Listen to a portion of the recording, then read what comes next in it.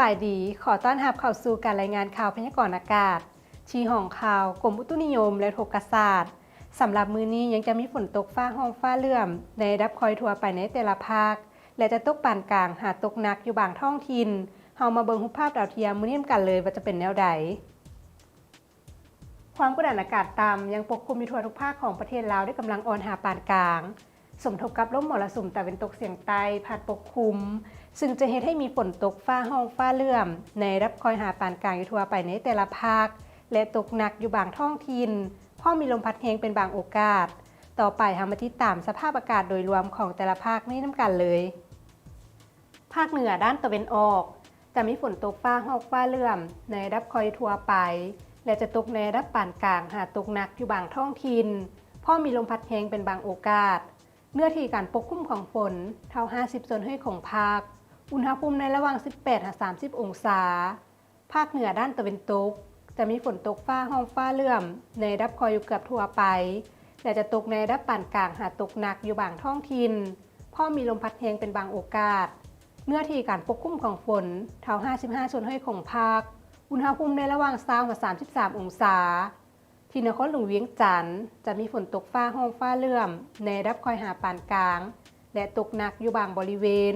พอมีลมพัดแรงเป็นบางโอกาสเนื้อที่การปกคลุมของฝนเท่า55ส่วนให้ของภาคอุณหภูมิในระหว่าง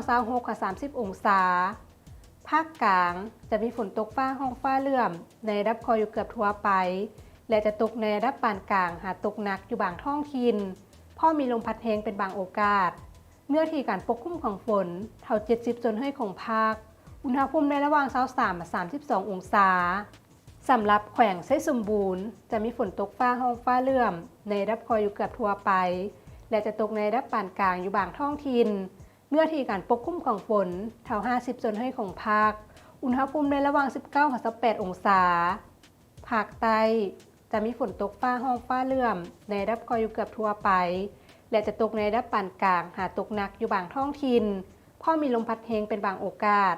เนื้อที่การปกคลุมของฝนเท่า60ส่วนให้ของภาคอุณหภูมิในระหว่าง23-30องศาสำหรับเขตผู้เพียงบริเวณจะมีฝนตกฟ้าห้องฟ้าเลื่อมในระดับคอยหาปานกลางพอมีลมพัดแรงเป็นบางโอกาสเนื้อที่การปกคลุมของฝนเท่า50ส่วนให้ของภาคอุณหภูมิในระหว่าง15-25องศา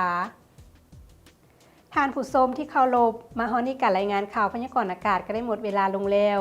ท่านสามารถติดตามชมโดยผ่าน Facebook หรือ YouTube ที่ขึ้นตามหน้าจอนี้ขอขอบใจสำหรับการรับชมข่าวพยากรณ์อากาศแล้วพบกันใหม่ในมื้ออื่นสำหรับมื้อนี้ขอกล่าวคำว่าสบายดี